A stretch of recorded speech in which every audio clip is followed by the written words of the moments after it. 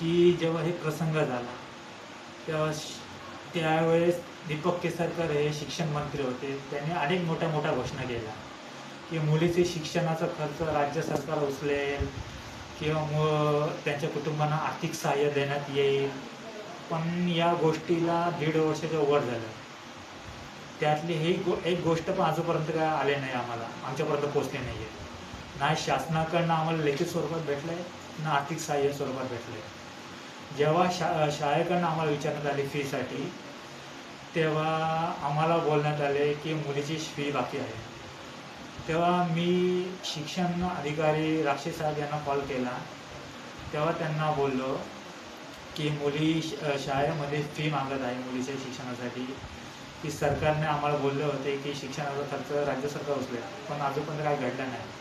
तेव्हा राक्षस साहेब बोलले की आम्हाला फक्त ॲडमिशनसाठी बोलण्यात आले, बाकी फीसाठी अजूनपर्यंत आम्हाला वरतून ऑर्डर भेटली नाही आहे. म्हणजे लेखी स्वरूपात ऑर्डर आम्हाला 1.5 वर्षाच्या वर झाले, अजूनपर्यंत काहीच भेटलं नाही आहे. ठीक आहे, आम्ही पैशाचं मागणी करत नाही, कमीत कमी मुलीचं शिक्षणाची जबाबदारी सरकारने घ्यावी.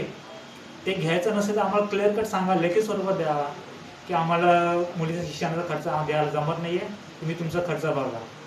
आम्ही सक्षम आहे मुलीच्या शिक्षणाचा खर्च उचलायला. पण तुम्ही बोलतात वेगळे आणि करतात वेगळे, हे चुकीचं गोष्ट होतं आहे ना. म्हणजे लोकांनी जे घटना घडली आहे किंवा जे झाले असेल ह्या प्रकारे पण दावा करण्यात आले होते की आम्ही हे सहकार करू किंवा हे करू, पण प्रत्यक्ष त्यांच्यावरती पण काय त्यांना सहाय्य भेटलं असेल की नसेल याचा पण विचार करावा लागतो आहे.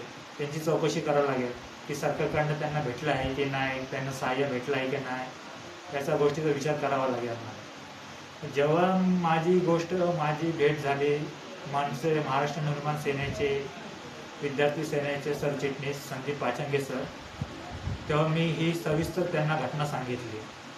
तेव्हा त्यांनीही कुठल्याही गोष्टीचा पुढचा विचार न करता माझ्या मुलीचं शिक्षणाचं पूर्ण वर्षाचं फी त्यांनी स्वतःच्या नावाने पैसे भरून त्यांनी शाळेमध्ये जमा केली आणि माझ्या मुलीचं शिक्षण सुव्यवस्थितपणे चांगल्या प्रकारे झालं. आज माझ्या मुलीचं ॲडमिशनसाठी परत विचारणा करण्यात आली. तेव्हा आम्ही सरकारला सांगितलं किंवा शिक्षण विभागाला सांगितलं की बाबा आता मुलीचं ॲडमिशन आहे, की आम्हाला अजूनमध्ये लेखी स्वरूपात भेटला नाही आहे की मुलीचं ॲडमिशन थांबलं आमचं. तर ते आम्हाला का बोलण्यात आले की ना वरतून अजून ऑर्डर भेटल्या नाही आहे, म्हणजे अजून 3-4 वर्ष किंवा 10 वर्ष आम्हाला ऑर्डर भेटणार नाही. मग तोपर्यंत मुलीला असंच थांबून ठेवायचं का आम्ही? या प्रश्नाचं उत्तर द्या ना मला.